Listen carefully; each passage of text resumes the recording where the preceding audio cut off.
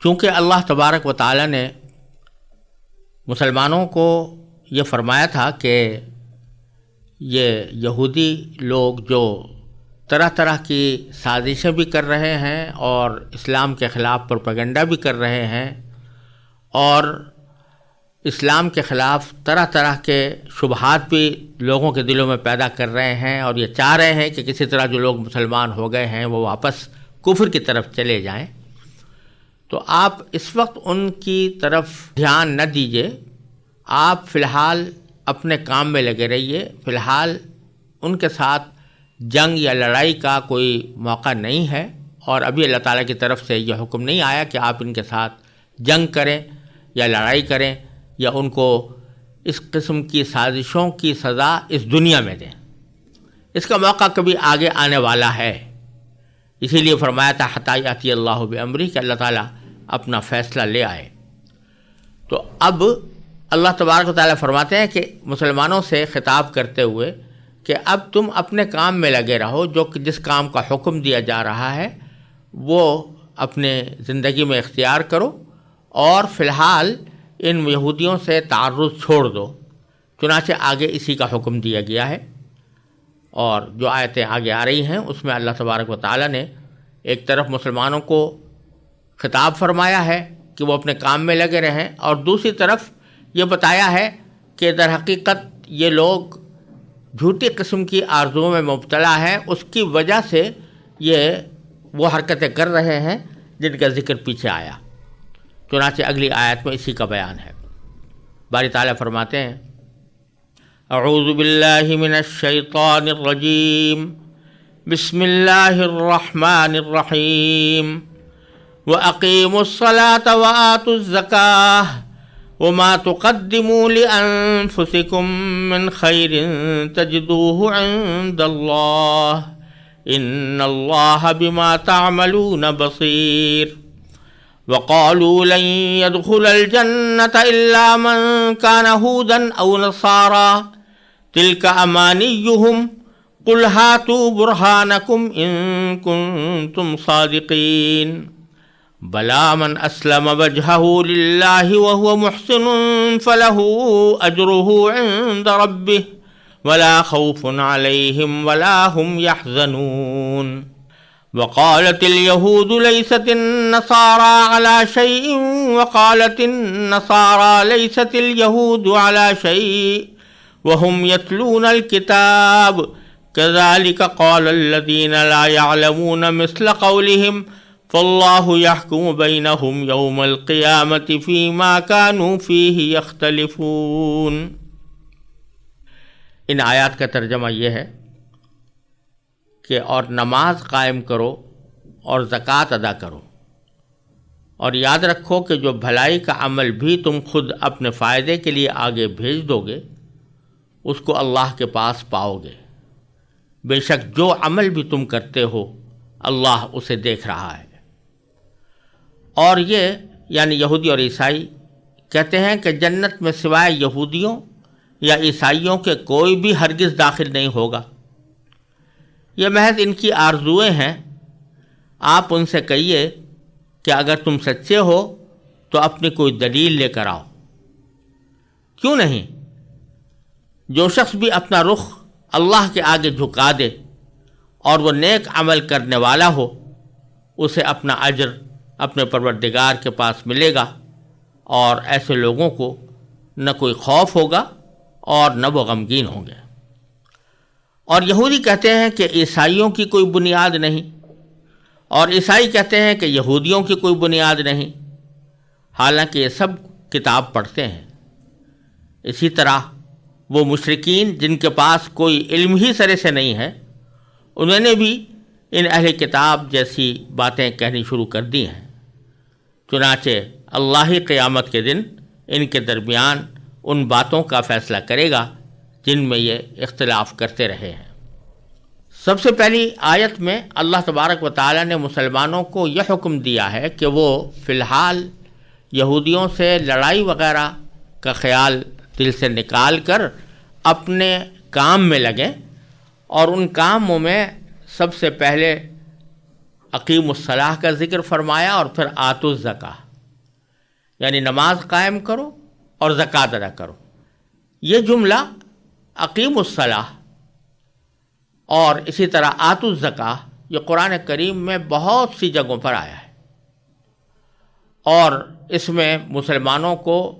نماز قائم کرنے کی اور زکوٰۃ ادا کرنے کی تلقین فرمائی گئی ہے، بلکہ اس کی تاکید فرمائی گئی ہے۔ چونکہ یہ جملہ پہلی بار آ رہا ہے، کیونکہ اس سے پہلے نیک بندوں کی تعریف کرتے ہوئے سورہ بقرہ کے آغاز میں ضرور اس کا ذکر آیا تھا، یقیمون الصلاۃ، کہ وہ نماز کو قائم کرتے ہیں، لیکن ایک حکم کے طور پر وَأَقِیمُوا الصَّلَاةَ جو بہت سی جگہوں پر قرآن کریم میں آیا ہے، یہ اس کا پہلا موقع ہے، لہذا تھوڑی سی اس کی تفسیر سمجھ لینا مناسب ہے۔ قرآن کریم نے جہاں پر بھی نماز پڑھنے کا حکم دیا ہے تو یہ نہیں فرمایا کہ نماز پڑھو، بلکہ ہر جگہ اقیم الصلاۃ کا ارشاد فرمایا گیا ہے، جس کے معنی ہے نماز قائم کرو۔ بلکہ اگر عربی زبان کے لحاظ سے دیکھا جائے تو اقیمو یہ امر کا صیغہ ہے اور اقامت سے نکلا ہے۔ اقامت کے دو معنی ہوتے ہیں، ایک تو کسی چیز کو قائم کرنا، یعنی اس کو مستقل بنانا، جیسے مثال کے طور پر کہا جاتا ہے کہ کسی شخص نے دیوار قائم کر دی، دیوار کھڑی کر دی، یعنی اس کو مستقل طور پر تعمیر کر دیا۔ تو اقامت کے معنی مستقل طور پر کسی چیز کو کھڑا کرنے کے بھی آتے ہیں، اور اقامت کے معنی کسی چیز کو سیدھا کرنے کے بھی آتے ہیں۔ اگر کوئی چیز ٹیڑھی ہے اور آدمی اس کو سیدھا کر دے تو اس کو بھی اقامت عربی زبان میں کہا جاتا ہے۔ تو یہاں اللہ تبارک و تعالی نے نماز کے لیے اقامت کو جو استعمال فرمایا ہے، اس میں دونوں قسم کے مفہوم شامل ہیں۔ ایک طرف یہ مفہوم شامل ہے کہ نماز کو قائم کرو، یعنی اس کو مستقل پابندی کے ساتھ ادا کرو۔ گنڈے دار نماز کا حکم نہیں ہے کہ کبھی پڑھی اور کبھی چھوڑ دی، بلکہ اقامت کے معنی یہ ہوئے کہ اس کو مستقل طور پر قائم کرو اور ایک اس کا ایک اپنی زندگی کے اندر ایک مستقل معمول بناؤ۔ اور اسی میں یہ بات بھی داخل ہے کہ نماز کو جماعت کے ساتھ ادا کرو، کیونکہ مردوں کے لیے حکم یہ ہے کہ وہ نماز جماعت کے ساتھ ادا کیا کریں۔ تنہا جو نماز پڑھی جاتی ہے مردوں کی طرف سے، وہ نماز کامل نہیں ہوتی، ناقص ہوتی ہے۔ لہذا نماز قائم کرنے کے اندر یہ مفہوم بھی داخل ہے کہ جماعت سے نماز پڑھو، جماعت کا اہتمام کرو۔ تو اقامت کے پہلے معنی کے لحاظ سے اس میں دو چیزیں شامل ہو گئیں، ایک نماز کی پابندی، اور جب بھی نماز کا وقت آئے تو آدمی نماز کا اہتمام کرے، اور دوسرے اس نماز کو جماعت کے ساتھ ادا کرنا، انفرادی طور پر بلا عذر نماز ادا کرنے سے پرہیز کرنا، بلکہ جب بھی نماز آدمی ادا کرے تو کوشش اس بات کی کرے کہ وہ جماعت کے ساتھ ادا ہو۔ اور دوسرے معنی اس کے ہے سیدھا کرنا، جس کے معنی یہ کہ نماز جب پڑھو تو اس کے ظاہری اور باطنی ہر قسم کے تقاضوں کو پورا کرو، جس میں یہ بات بھی داخل ہے کہ نماز اس طرح پڑھو جیسے نبی کریم سرور دو عالم صلی اللہ علیہ وسلم نے پڑھی، اور آپ نے پڑھ کر یہ فرمایا کہ صلو کما رأیتمونی اصلی، آپ نے صحابہ کرام سے فرمایا کہ تم ایسے ہی نماز پڑھا کرو جیسے کہ تم نے مجھے نماز پڑھتے ہوئے دیکھا۔ تو آپ نے جس طرح پڑھی ہے کہ جس طرح آپ نے قیام فرمایا اس طرح قیام کرو، جس طرح آپ نے رکوع فرمایا اس طرح رکوع کرو، جس طرح سجدہ فرمایا اس طرح سجدہ کرو، جس طرح آپ نماز میں بیٹھے اس طرح بیٹھو۔ تو نماز کی جو ظاہری ہیئت ہے اور اس کی جو ظاہری شکل ہے اس کو سیدھا کرو۔ سیدھا کرنے کے معنی یہ کہ اس کو ٹھیک ٹھیک آداب اور شرائط کے ساتھ ادا کرو۔ جلدی جلدی اس طرح پڑھ لینا جیسے کوئی سر سے فریضہ ٹالا جاتا ہے کہ آدمی نے ذرا سی دیر بس سر جھکایا اور پھر فوراً کھڑا ہو گیا، یہ نماز کو سیدھا کرنا نہیں ہے۔ اسی لیے ایک مرتبہ نبی کریم سرور دو عالم صلی اللہ علیہ وسلم نے ایک صاحب کو دیکھا کہ وہ بہت جلدی جلدی نماز پڑھ رہے ہیں، تو آپ نے بعد میں فرمایا کہ صلی فإنک لم تصلی، جاؤ دوبارہ نماز پڑھو کیونکہ تمہاری نماز نہیں ہوئی، کیونکہ انہوں نے سجدہ پوری طرح صحیح طریقے سے نہیں کیا تھا، رکوع صحیح طریقے سے نہیں کیا تھا، تو اس وجہ سے آپ نے اس کو یہ فرمایا کہ تم نے پڑھی ہی نہیں، تو سیدھی نہیں ہوئی وہ نماز۔ تو سیدھا کرنے میں ایک تو ظاہری حیات کو درست کرنا کہ وہ سنت کے مطابق ہو، اور اس کے لیے ضروری ہے کہ ہر مسلمان اس کو سیکھے، سنت کی طریقے سے نماز پڑھنے کا جو تفصیلی بیان ہے اس کو کسی مستند کتاب میں دیکھ کر اس کو سمجھے اور اپنے عمل میں اس کو لے کر آئے۔ اور اسی کا ایک حصہ یہ ہے کہ باطنی اعتبار سے بھی وہ نماز درست ہونی چاہیے، یعنی حتی الامکان اس میں دھیان اللہ تبارک و تعالیٰ کی طرف ہو، اللہ تعالیٰ کی رضامندی مقصود ہو، خشوع ہو، یہ اس کا باطنی حسن ہے نماز کا۔ تو نماز کو سیدھا کرنے میں یہ بات بھی داخل ہے کہ اس کا جو باطنی رخ ہے وہ درست ہو، اللہ تعالیٰ کی طرف توجہ ہو۔ غیر اختیاری طور پر جو خیالات آ جاتے ہیں اللہ تعالیٰ معاف فرما دیتے ہیں، لیکن اپنی طرف سے انسان یہ کوشش کرے کہ اس کا دھیان نماز کے افعال کی طرف اور نماز کے اندر جو الفاظ وہ زبان سے نکال رہا ہے ان الفاظ کی طرف دھیان رکھے۔ اگر فرض کرو کسی وقت خیالات بھٹک جائیں تو پھر لوٹ کر آ جائے، یہ بھی اقامت صلاۃ کے اندر داخل ہے۔ تو اقامت صلاۃ کے اندر یہ بات بھی داخل ہوئی کہ پابندی کی جائے، اوقات صحیح وقت پر نماز پڑھی جائے، اور یہ بات بھی داخل ہے کہ جماعت کے ساتھ پڑھیں، اور یہ بات بھی داخل ہے کہ اس کو سنت کے مطابق ادا کیا جائے، اور یہ بات بھی داخل ہے کہ اس کو خشوع کے ساتھ، دھیان کے ساتھ ادا کیا جائے۔ اس لیے ہر جگہ اللہ تبارک و تعالی نے نماز پڑھنے کا حکم دینے کے بجائے نماز قائم کرنے کا حکم دیا ہے، وَأَقِیمُوا الصَّلَاةَ۔ دوسرا جملہ ہے وَآتُوا الزَّکَاةَ، یعنی زکوٰۃ ادا کرو۔ یہاں پر بھی زکوٰۃ کو ادا کرنا کا لفظ استعمال فرمایا ہے، مطلب یہ کہ جس طرح زکوٰۃ نکالنا ضروری ہے اسی طرح یہ بھی ضروری ہے کہ جب آپ زکوٰۃ کسی کو دے رہے ہوں تو اس بات کا اطمینان کریں کہ واقعتاً یہ اس زکوٰۃ کا مستحق ہے اور یہ صحیح جگہ پر پہنچ رہی ہے۔ تو زکوٰۃ کے ادا کرنے کا بھی حکم اس طرح دیا گیا ہے۔ بہرحال ان دونوں جملوں سے یہاں پر مقصود یہ ہے کہ فی الحال تم اپنے کرنے کا کام کیے جاؤ، اور وہ کام یہ ہے کہ اقامت صلاۃ کرو اور نماز زکوٰۃ ادا کرو۔ اور یہ آپ قرآن کریم میں بہت سی جگہوں پر دیکھیں گے کہ جہاں اللہ تبارک و تعالیٰ کسی دشمن کی کارروائیوں کا ذکر فرماتے ہیں تو اس کے بعد بکثرت یہ جملہ آتا ہے کہ اقیموا الصلاۃ، کہ نماز قائم کرو، اور بظاہر اس میں یہ اشارہ ہے کہ تمہارے جتنے بھی دشمن ہیں جو دین کی وجہ سے تم سے دشمنی رکھتے ہیں وہ تمہیں اللہ تبارک و تعالیٰ کی مشیت کے بغیر نقصان نہیں پہنچا سکتے،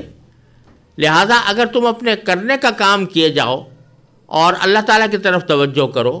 اور جب تمہیں کوئی اندیشہ ہو تو اللہ تبارک و تعالیٰ کی طرف رجوع کے لیے اللہ تعالیٰ کے سامنے ہاتھ باندھو اور نماز ادا کرو، تو اللہ تبارک و تعالیٰ اس کی برکت سے تمہیں انشاءاللہ اس مشکل سے نکال دیں گے اور دشمنوں کی ان سازشوں سے تمہیں نجات عطا فرمائیں گے۔ تو یہاں پر بھی اللہ تبارک و تعالیٰ یہودیوں کی سازشوں کا اور ان کے پھیلائے ہوئے شبہات کا ذکر فرماتے ہوئے فرما رہے ہیں کہ اس وقت تو تم درگزر سے کام لو، کوئی دنیاوی طور پر ان کو سزا نہ دو، لیکن نماز کی طرف متوجہ ہو جاؤ، کیونکہ جب اللہ تبارک و تعالیٰ کو راضی کرو گے، اللہ تبارک و تعالیٰ کے ساتھ تعلق تمہارا مضبوط ہوگا، تو اس کے نتیجے میں اللہ تبارک و تعالیٰ کی طرف سے مدد آئے گی، اور حتیٰ یاتی اللہ بامرہ، یعنی اللہ تعالیٰ اپنا فیصلہ لے کر آئیں گے اور صورت میں تمہارے دشمنوں کو شکست کا سامنا کرنا پڑے گا۔ تو اس سے یہ بات بھی معلوم ہو رہی ہے کہ جب کبھی مسلمانوں کو مشکلات درپیش ہوں، عمومی مشکلات، اجتماعی مشکلات، تو اس کا بہترین حل ایک یہ بھی ہے کہ بندے اللہ تعالیٰ کی طرف متوجہ ہوں اور نمازوں کا اہتمام کریں، اس میں فرائض بھی داخل ہیں اور نفلی نمازیں بھی داخل ہیں جس میں نماز حاجت ہے. مثلا نبی کریم صلی اللہ علیہ وسلم نے تلقین فرمائی ہے کہ جب تمہیں کوئی حاجت پیش آئے تو اللہ تبارک و تعالیٰ سے اپنی حاجت مانگنے سے پہلے 2 رکعتیں نماز حاجت کی نیت سے پڑھو اور پھر اللہ تعالیٰ سے مانگو. اور حدیث میں بھی آتا ہے کہ نبی کریم سرور دو عالم صلی اللہ علیہ وسلم کو جب کوئی پریشانی ہوتی تو فوراً آپ نماز پڑھتے تھے. حدیث کے الفاظ یہ ہیں کہ اذا حزبہ امر فزع الی الصلاۃ، کہ جب آپ کو کوئی پریشانی پیش آتی تو آپ جلدی سے نماز کی طرف متوجہ ہوا کرتے تھے. تو یہ سبق بھی اس آیت سے ہمیں مل رہا ہے کہ جب کبھی کوئی پریشانی پیش آئے تو رجوع الی اللہ کا اہتمام کیا جائے، اور نماز کا اس میں خاص طور پر ذکر فرمایا گیا ہے. اور پھر یہ ایک سوال پیدا ہو سکتا تھا کہ ہم نماز تو ادا کریں اور زکوٰۃ بھی ادا کریں لیکن جہاد نہ کریں، تو جہاد بھی تو ایک بہت بڑا فریضہ ہے. تو کیا جہاد کو چھوڑ کر محض اس نماز اور زکوٰۃ ادا کرنے سے اللہ تبارک و تعالیٰ کی رضا ہمیں حاصل ہو جائے گی؟ تو اس کا جواب اگلے جملے میں دیا جا رہا ہے. اللہ تعالیٰ فرما رہے ہیں کہ چونکہ ابھی تمہیں اللہ تعالیٰ کی طرف سے جہاد کا حکم نہیں دیا گیا ان یہودیوں کے خلاف، لہٰذا یہ نہ سمجھو کہ جہاد کے بغیر جب تم نماز روزہ کرو گے یا زکوٰۃ ادا کرو گے تو اس سے تمہیں اللہ تبارک و تعالیٰ کا قرب یا اس کی رضا حاصل نہیں ہوگی، بلکہ حقیقت یہ ہے کہ وَمَا تُقَدِّمُوا لِأَنفُسِكُم مِّن خَيْرٍ، تم اپنے فائدے کے لیے جو عمل بھی آگے بھیجو گے، یعنی اللہ تبارک و تعالیٰ کے پاس تمہارا وہ عمل ذخیرہ ہوگا آخرت کے لیے، تو تجدوہ عند اللہ، تم اس کو اللہ کے پاس پاؤ گے. وہاں جا کر تمہیں پتہ چلے گا کہ یہ نمازیں، یہ روزے، یہ زکوٰۃ، یہ صدقات جو تم یہاں کر رہے ہو بظاہر کتنے ہی معمولی نظر آتے ہوں، لیکن اللہ تبارک و تعالیٰ کے ہاں جب پہنچو گے تو ان کا بہت بڑا عظیم ذخیرہ تمہیں ملے گا. اور ان اللہ بما تعملون بصیر، بے شک اللہ تبارک و تعالیٰ تمہارے ہر اس عمل کو دیکھ رہا ہے جو تم کرتے ہو. لہٰذا کسی بھی عمل کو حقیر نہ سمجھو اور کسی بھی عمل کو یہ نہ سمجھو کہ اس سے کیا فائدہ ہوگا. اللہ تعالیٰ چونکہ ہر عمل کو دیکھ رہا ہے لہذا ہر عمل کا مناسب صلہ اللہ تبارک و تعالیٰ کی طرف سے تمہیں ملے گا. مسلمانوں کو یہ حکم اور یہ تاکید فرمانے کے بعد اللہ تبارک و تعالیٰ یہ فرما رہے ہیں کہ یہ یہودی اور نصرانی حضرات جو کچھ بھی ہیں ان کی حالت تو یہ ہے کہ انہوں نے اللہ تبارک و تعالیٰ کے اصل احکام کو پس پش ڈالنے کے باوجود اپنے لیے کچھ آرزوئیں جمع کر رکھی ہیں اور یہ سمجھ رکھا ہے کہ بس جنت کے تنہا مستحق تو وہی ہیں اور کوئی بھی جنت کا حقدار نہیں ہو سکتا. چنانچہ اللہ تعالیٰ نے آگے ارشاد فرمایا وقالو، یعنی یہودی اور عیسائی کہتے ہیں کہ لن يدخل الجنت الا من کان ہودا او نصارا، کہ جنت میں سوائے یہودیوں یا عیسائیوں کے کوئی بھی ہرگز داخل نہیں ہوگا. اس کا یہ مطلب بھی ہو سکتا ہے کہ یہودی یہ کہتے ہیں کہ جب تک تم یہودی نہیں ہوگے جنت میں داخل نہیں ہو سکتے، اور نصرانی یہ کہتے ہیں کہ جب تک تم نصرانی نہیں ہوگے جنت میں نہیں داخل ہو سکتے. اور زیادہ تر یہودیوں اور نصرانیوں کا عقیدہ یہی تھا کہ یہودی یہ کہتے تھے کہ جب تک آدمی یہود کے اندر داخل نہ ہو اس وقت تک وہ اللہ تبارک و تعالیٰ کی رضا بھی حاصل نہیں کر سکتا، جنت میں بھی نہیں جا سکتا. اور نصرانی یہ کہتے تھے کہ جب تک آدمی نصرانی یا عیسائی نہ ہو اس وقت تک جنت میں داخل نہیں ہو سکتا. اور یہ بھی ممکن ہے کہ کسی مرحلے پر ان دونوں گروہوں کا آپس میں گٹھ جوڑ ہو گیا ہو مسلمانوں کے خلاف، اور انہوں نے یہ کہنا شروع کر دیا ہو کہ بھئی جنت کے مستحق یا تو یہودی ہیں یا نصرانی ہیں، باقی مسلمان جو اسلام لانے والے ہیں وہ جنت کے مستحق نہیں ہیں. تو دونوں صورتیں ہو سکتی ہیں کہ یہودی یہ کہتے ہوں کہ یہودی ہونے کے بغیر اس جنت میں داخلہ نہیں ہو سکتا، نصرانی یہ کہتے ہو نصرانی ہوئے بغیر جنت میں داخل نہیں ہو سکتے، اور کسی خاص موقع پر یہ بھی ممکن ہے کہ دونوں کے گٹھ جوڑ کے نتیجے میں دونوں نے مل کر یہ بات کہی ہو کہ یا یہودی ہو جاؤ یا نصرانی ہو جاؤ، اس کے بغیر جنت میں داخلہ نہیں ہو سکتا۔ اب اللہ تبارک و تعالیٰ ان کے اس بے بنیاد دعوے کی آگے تردید فرما رہے ہیں، اور فرمایا تلک امانیو، یہ تو محض ان کی آرزویں ہیں، اپنے دلوں میں آرزویں پکا رکھی ہیں کہ بس جنت کے تنہا حقدار ہم ہیں۔ قل، نبی کریم سرور عالم صلی اللہ علیہ وسلم سے خطاب کر کے فرمایا جا رہا ہے کہ آپ کہیے کہ ہاتو برہانکم، لے آؤ اپنی کوئی دلیل، ان کنتم صادقین، اگر تم اپنے اس دعوے میں سچے ہو۔ یعنی یہ جو تم نے کہا ہے کہ جنت میں سوائے یہودی اور نصرانی کے کوئی اور داخل نہیں ہو سکتا، اس کی کوئی دلیل تمہارے پاس ہونی چاہیے، کوئی عقلی دلیل، کوئی نقلی دلیل، کوئی اللہ تبارک و تعالیٰ کا حکم ایسا آیا ہو کہ جس نے یہ بات واضح کی ہو کہ ان دو گروہوں میں سے کے علاوہ کوئی اور داخل نہیں ہوگا۔ کوئی ایسی دلیل لے کر آؤ۔ ظاہر ہے کہ ایسی کوئی دلیل ان کے پاس نہیں تھی۔ اللہ تبارک و تعالیٰ فرما رہے ہیں کہ در حقیقت ان کو جو گھمنڈ ہے وہ اپنے نسلی غرور کے اوپر ہے۔ یہودیوں کے بارے میں تو یہ بات واضح ہے کہ وہ ایک نسلی مذہب ہے، یعنی ان کا کہنا یہ ہے کہ بنی اسرائیل جو ہیں، حضرت یعقوب علیہ السلام کی اولاد، صرف وہی اللہ کے چہیتے، لاڈلے اور محبوب بیٹے ہیں، اور باقی ساری دنیا ان کے مقابلے میں اللہ تعالیٰ کو محبوب نہیں ہے۔ لہذا اگر کوئی شخص کتنا ہی نیک ہو جائے، کتنا ہی اللہ تبارک و تعالیٰ کا فرما بردار بن جائے، لیکن اگر وہ اس خاندان سے تعلق نہیں رکھتا، اس نسل سے وابستہ نہیں ہے، تو پھر وہ اللہ تعالیٰ کی رضا حاصل نہیں کر سکتا اور جنت کا بھی حقدار نہیں ہو سکتا۔ اور نصرانی اگرچہ اس درجے میں اپنے مذہب کو نسلی مذہب نہیں قرار دیتے جس درجے میں یہودی قرار دیتے ہیں، لیکن اس کے ساتھ ساتھ وہ یہ سمجھتے تھے کہ صرف بنی اسرائیلی کے اندر نبوت اور رسالت منحصر ہے،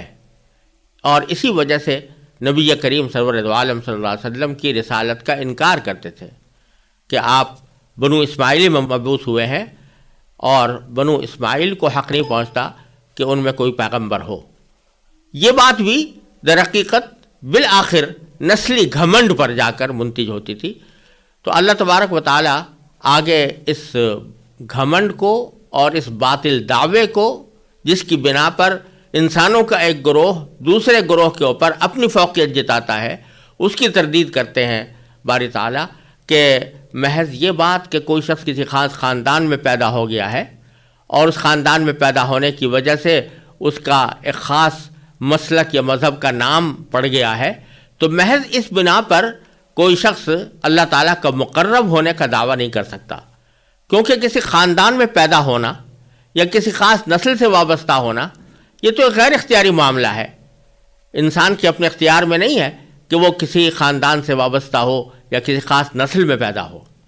اصل چیز تو انسان کے خود اپنے عقیدے اور عمل کی ہے جو انسان اپنے اختیار سے حاصل کرے۔ لہٰذا آگے اللہ تبارک و تعالیٰ فرماتے ہیں کہ یہ دعویٰ کہ یہودی یا نصرانی کے سوا کوئی جنت میں نہیں جا سکتا، یہ بالکل غلط بات ہے۔ بلا، کیوں نہیں جا سکتا؟ من اسلم وجہہ للہ وہو محسن، جس شخص نے بھی اپنا رخ اللہ کے آگے جھکا دیا اور وہ نیک عمل کرنے والا ہو۔ دو چیزیں اللہ تعالیٰ نے فرمائی کہ جو ایک تو اللہ تعالیٰ آپ کے آگے اپنا رخ جھکا دے، اپنے آپ کو جھکا دے، اور دوسرے نیک عمل کرنے والا ہو تو فلہ اجرہ عند ربہ، کہ اسے اپنا اجر اپنے پروردگار کے پاس ملے گا۔ اور ایسے لوگوں کو کے بارے میں فرمایا کہ لا خوف علیہم ولا هم یحزنون، ایسے لوگوں کو نہ کوئی خوف ہوگا اور نہ وہ غمگین ہوں گے۔ دو چیزیں بیان فرمائی، ایک یہ کہ انسان اپنے آپ کو اللہ تبارک و تعالیٰ کے آگے جھکا دے۔ جھکانے کے معنی یہ ہے کہ انسان اس بات کا اقرار کر لے اور اس بات پر اپنا یقین بھی پختہ کر لے، زبان سے بھی اس کا اقرار کر دے کہ میں اللہ کا بندہ ہوں،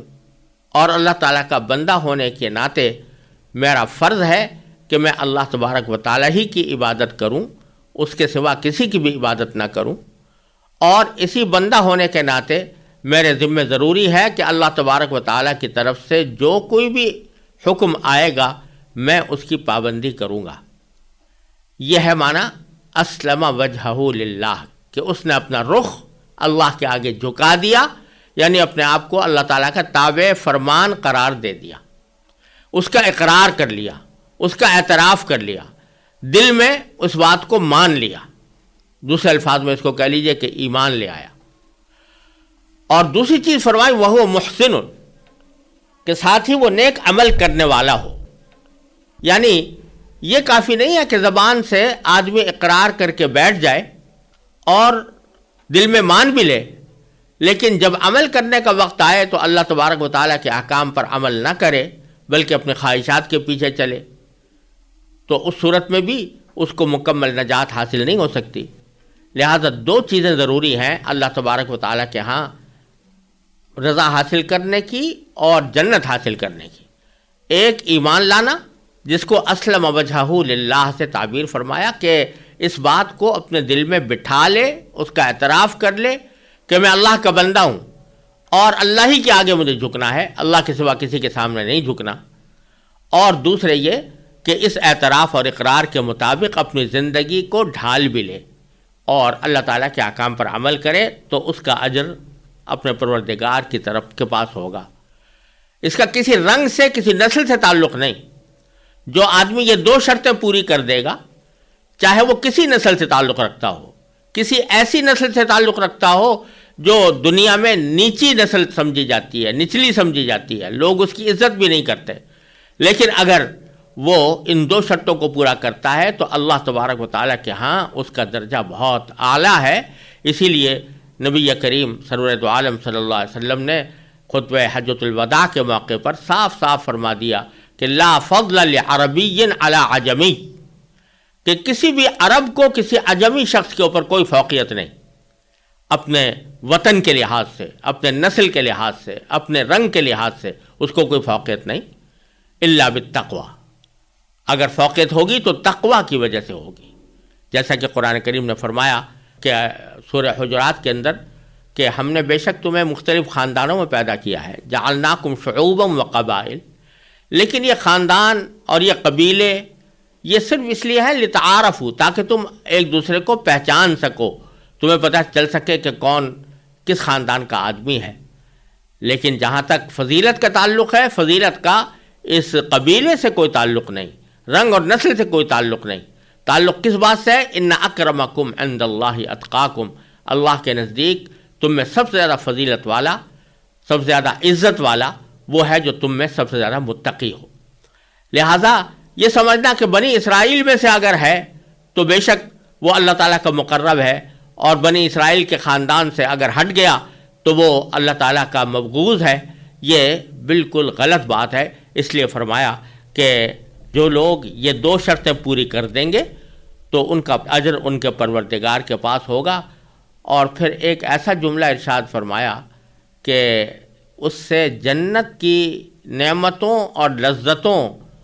کا ایک تصور اگر انسان قائم کرے تو یہ تنہا یہ لذت اور یہ نعمت بھی انسان کے لیے بہت عظیم نعمت ہے۔ کیا کہ لا خوف علیہم، نہ ان کے اوپر کوئی خوف ہوگا، ولا ہم یحزنون، اور نہ وہ غمگین ہوں گے۔ خوف ہوتا ہے آئندہ کے کسی واقعے کا، اندیشہ ہوتا ہے کہ مجھے کوئی چوری نہ کر لے، کوئی مجھے لوٹ نہ لے،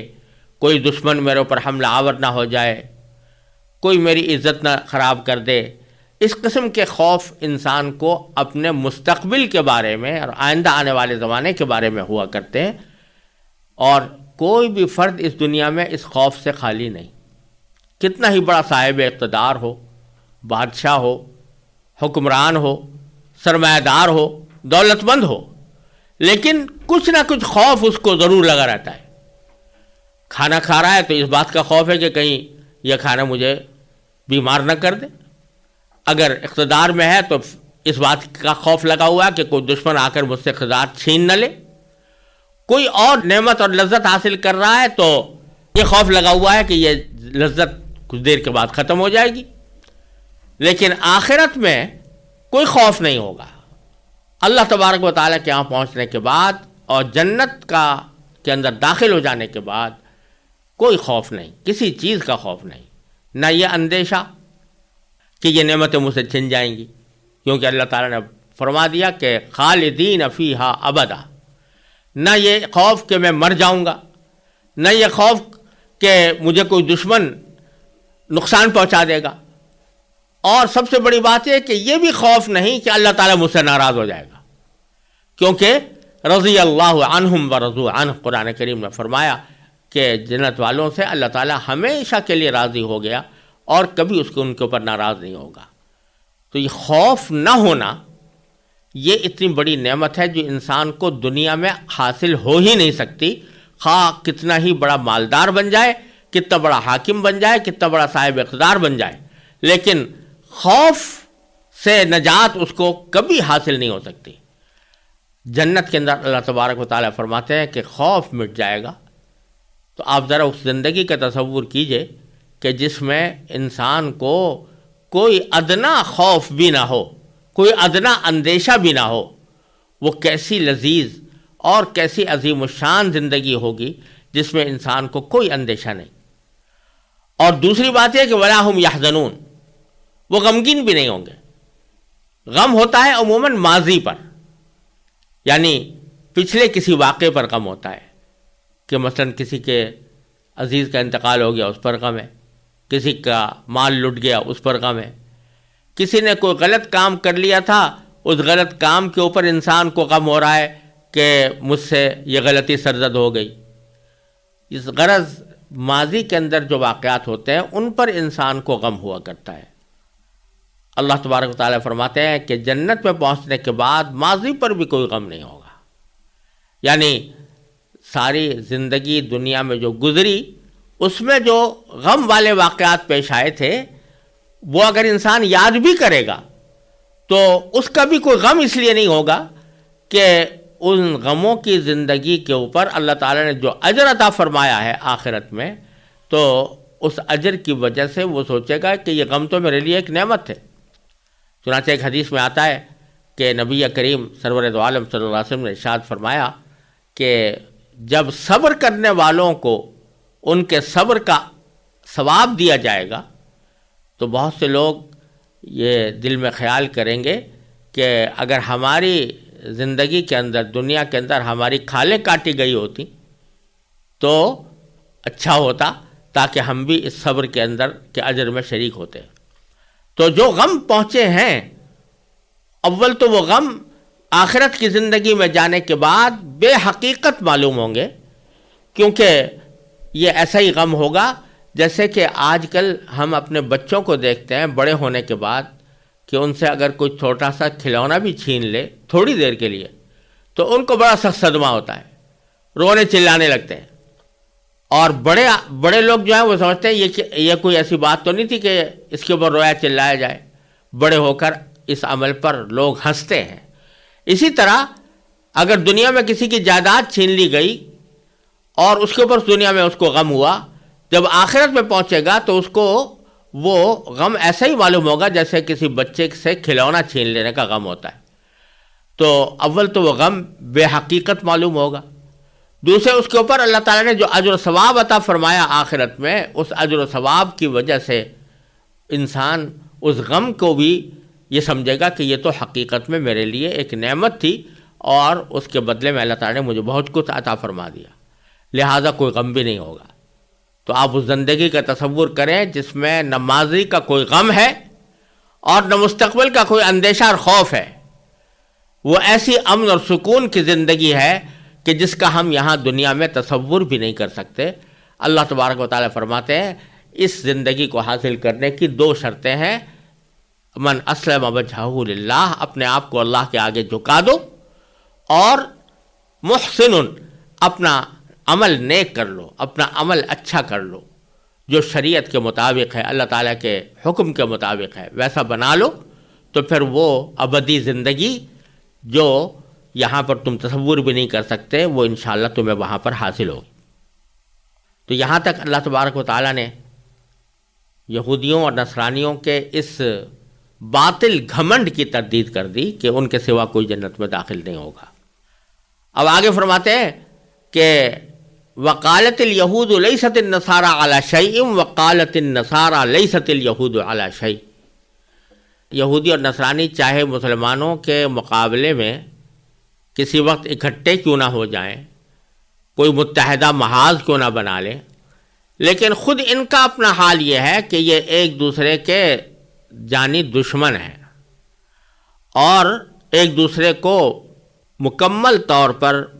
باطل سمجھتے ہیں۔ چنانچہ فرمایا کہ وقالت الیہود، یہودیوں نے یہ کہا ہے کہ لیست النصارى علی شیء، کہ نصرانی یعنی عیسائی لوگ وہ کسی بھی بنیاد پر قائم نہیں ہے، یعنی ان کا مذہب باطل ہے اور وہ کسی بھی ان کی کوئی بنیاد نہیں ہے مذہب کی۔ اور وقالت النصارى، اور نصرانیوں نے یہ کہا ہے کہ لیست الیہود علی شیء، یہودی لوگ جو ہیں وہ کسی بھی بنیاد پر نہیں کھڑے ہوئے، یعنی ان کا مذہب بھی بالکل باطل ہے، تو ایک دوسرے کو باطل قرار دیتے ہیں۔ وہم یتلون الکتاب، حالانکہ ایک کتاب ہے جس کی یہ دونوں تلاوت کرتے ہیں، اس سے مراد ہے تورات، کیونکہ تورات کو یہودی بھی تسلیم کرتے ہیں اور عیسائی بھی تسلیم کرتے ہیں، تو ایک ہی کتاب کی دونوں تلاوت کر رہے ہیں، لیکن اس کے باوجود ایک دوسرے کو باطل سمجھتے ہیں، ایک دوسرے کو کافر سمجھتے ہیں، ایک دوسرے کے خلاف سفارا بھی ہوتے ہیں اور ایک دوسرے کے خلاف کارروائیاں بھی کرتے ہیں اور ایک دوسرے کو باطل بھی سمجھتے ہیں۔ پھر باری تعالیٰ فرماتے ہیں کہ یہ جو یہودیوں نے یا نصرانیوں نے یہ بات کہی ہے کہ ہمارے سوا کوئی جنت میں نہیں جائے گا، ہمارے سوا اللہ کا کوئی مقرب بندہ نہیں ہے، یہ صرف انہی کے ساتھ خاص نہیں ہے، بلکہ جو مشرکین ہیں بت پرست، عرب کے بت پرست جن میں نبی کریم صلی اللہ علیہ وسلم کو مبعوث فرمایا گیا، ان کا بھی حال یہ ہے کہ ان سے پوچھو کہ بھئی کون حق پر ہے، تو وہ صرف اپنے آپ کو حق پر کہیں گے اور یہودیوں اور نصرانیوں کو دونوں کو باطل کہیں گے، اور چونکہ اپنے آپ کو حق پر قرار دیں گے تو کہیں گے بھئی اللہ تعالیٰ کے محبوب تو بس ہم ہیں۔ ان کو یہ غرہ تھا کہ ہم حضرت ابراہیم علیہ السلام کی اولاد ہیں، حضرت ابراہیم علیہ السلام کی اولاد ہونے کے ناطے ہم کعبے کے پاسبان بنے ہوئے ہیں اور کعبے کا انتظام ہم کر رہے ہیں، کعبے کی پاسداری ہم کر رہے ہیں، لہٰذا بیت اللہ کے مجاور اور اس کے پاسبان ہونے کی حیثیت سے ہمیں وہ اعزاز حاصل ہے جو دنیا میں کسی کو حاصل نہیں ہے، لہٰذا ہم سے زیادہ مقرب کوئی نہیں ہے اللہ تعالیٰ کا، چاہے ہم کچھ بھی کرتے رہیں، بتوں کو پوجیں، اللہ تعالیٰ کی نافرمانی کریں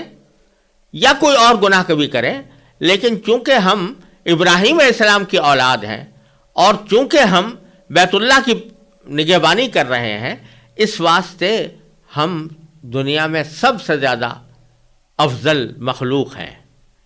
تو ان کے اس دعوے کا ذکر اللہ تعالیٰ نے اگلے جملے میں فرمایا کہ کذالک قال الذین لا یعلمون مثل قولہم، جو بات یہودیوں اور نصرانیوں نے کہی تھی اسی جیسی بات ان لوگوں نے بھی کہی ہے جن کے پاس علم ہی نہیں ہے۔ اہل کتاب یعنی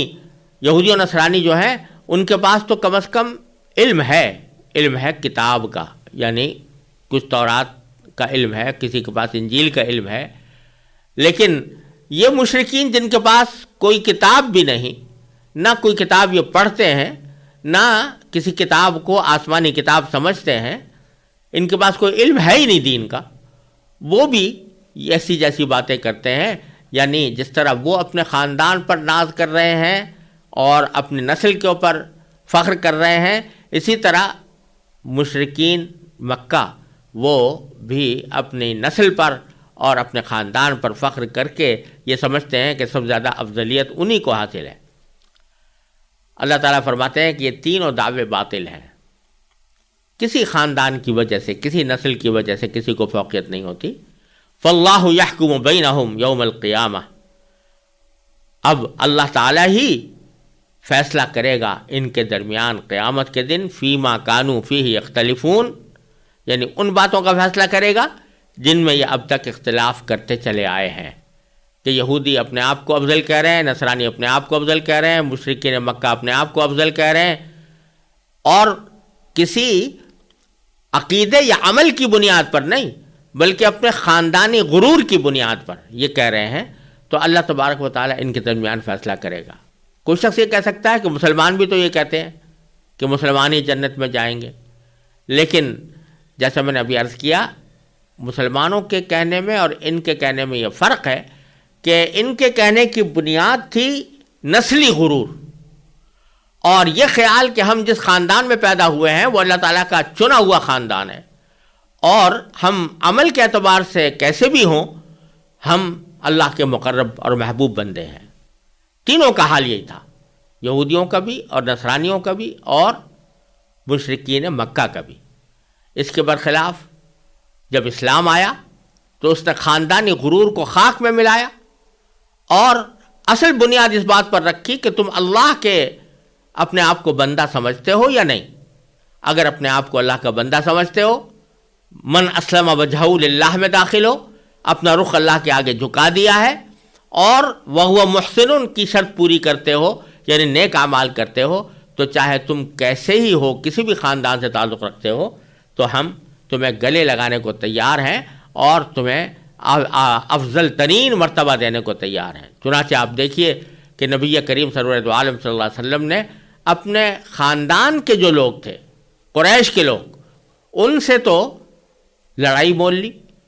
اور ان کی ناراضیاں برداشت کی، لیکن حبشہ کے ایک غلام حضرت بلال رضی اللہ تعالیٰ عنہ، جو ایک طرف حبشہ کے رہنے والے اور افریقی نسل سے تعلق رکھنے والے، جو اہل عرب کے نزدیک کوئی معزز قوم نہیں سمجھی جاتی تھی، اس سے تعلق رکھتے تھے، پھر آزاد بھی نہیں تھے، غلام تھے، لیکن اللہ تبارک و تعالیٰ نے ان کا مرتبہ اتنا اعلیٰ پہنچایا حضرت بلال رضی اللہ تعالیٰ عنہ کا کہ بڑے بڑے صحابہ کرام ان کے اوپر رش کرتے تھے. تو بتلانے یہ منظور ہے کہ رنگ اور نسل کی بنیاد پر کوئی فضیلت حاصل نہیں ہوتی. اصل بات یہ ہے کہ اللہ کی توحید پر ایمان رکھا جائے، اور اللہ تعالیٰ کے اوپر ایمان رکھنے کے بعد اللہ تعالیٰ کے احکام کے مطابق اپنی زندگی گزاری جائے. یہ شرطیں پوری ہو جائیں تو پھر تمہارے لیے جنت ہی جنت ہے، خوشحالی ہی خوشحالی ہے.